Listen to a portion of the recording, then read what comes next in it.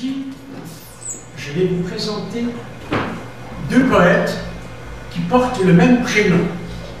Vous les connaissez. Je les appelle les Yvons. Je fais la liaison. Les Yvons.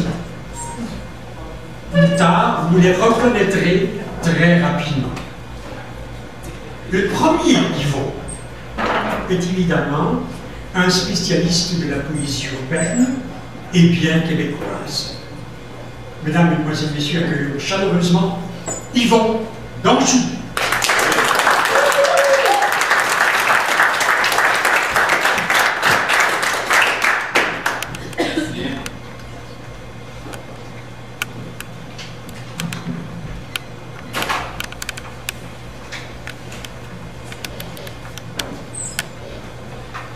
Je suis un poète auxiliaire, je travaille la nuit et je m'occupe de 7 personnes qui sont autistes.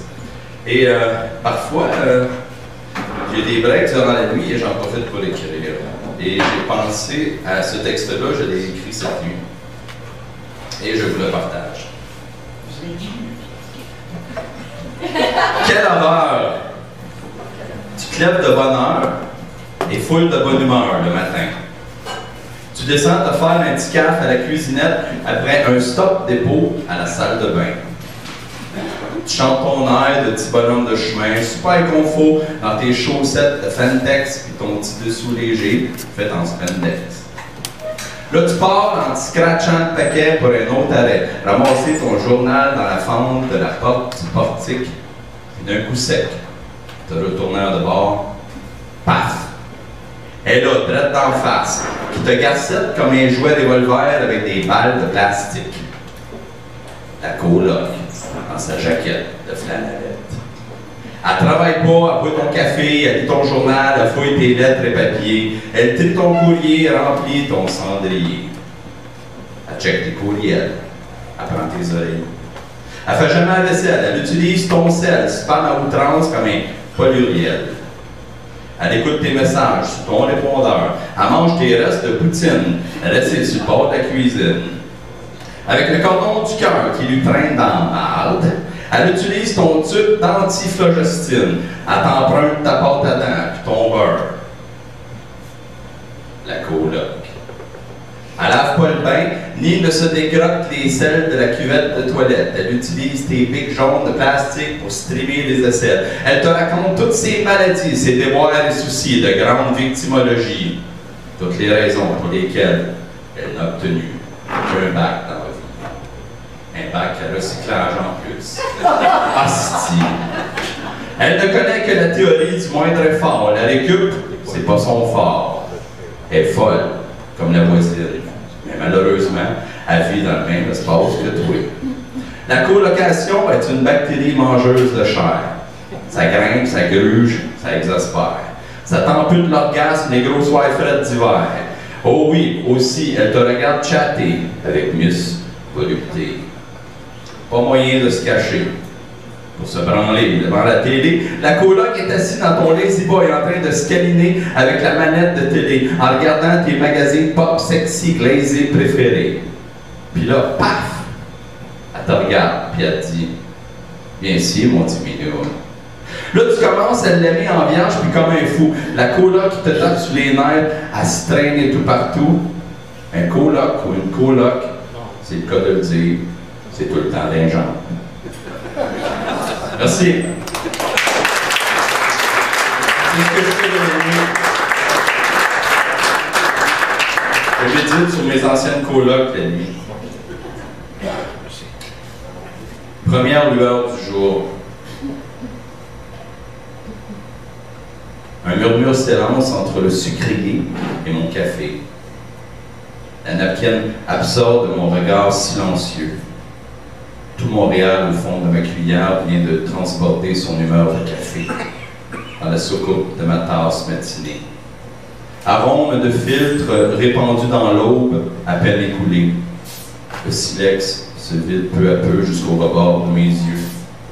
Pendant que je bois ma première gorgée, un corbeau se perche sur la boîte à mal, se chicane avec une corneille pour quelques grains de sel sur l'asphalte, aux airs grisailles. Merci.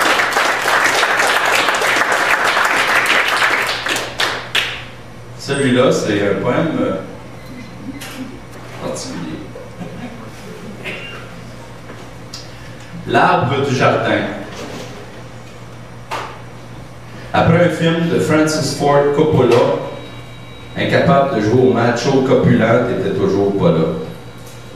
Je me suis levé du lazy boy comme un Indien qui joue au cowboy pour farmer la télé. J'ai jeté la manette de commande à distance dans un sac d'épicerie de plastique. Je me suis habillé de ma vieille chienne tachée d'huile de mécanique. Puis je suis sorti avec la hache et la chainsaw.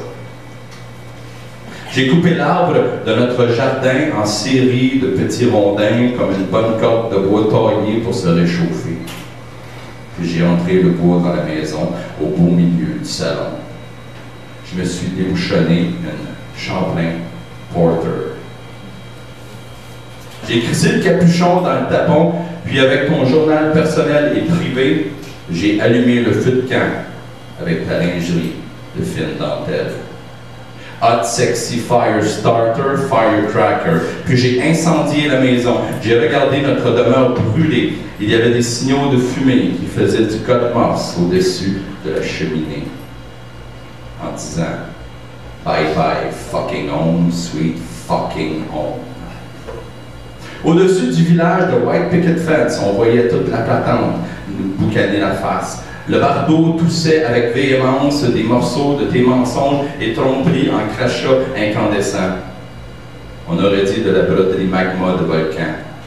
Puis j'ai applaudi très fort quand le dernier pan de mur emboucané s'est effondré. Ensuite, je me suis lavé sous la pluie avec de la suie, prête comme un tank de Warrior Tomahawk, puis je suis parti m'asseoir dans un club de danseuses de Saint-Henri.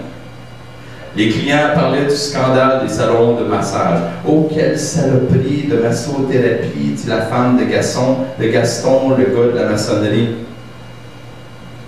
Elle fréquente les bars salons depuis son tendre berceau, la femme de Gaston. Elle a tellement soif que ça fait longtemps qu'elle n'a pas plus d'eau. Certains d'entre eux décrivaient toute la gentillesse de tes caresses de doigts baignés d'huile. En tout cas, ils ne verront jamais les preuves de ton calepin que j'ai lu. J'ai incendié ton journal perso et tous ses propos. J'ai le visage peint pour la guerre, je bois de la petite et de la grosse bière. Je me suis tatoué avec ton talon aiguille la marque d'une bête sur la peau de lune. Hometown bar is my home sweet home now. Demain matin, les petites photos maison feront la une. Puis moi, je continuerai à me battre contre nos moulins incendiés dans la brume. Merci.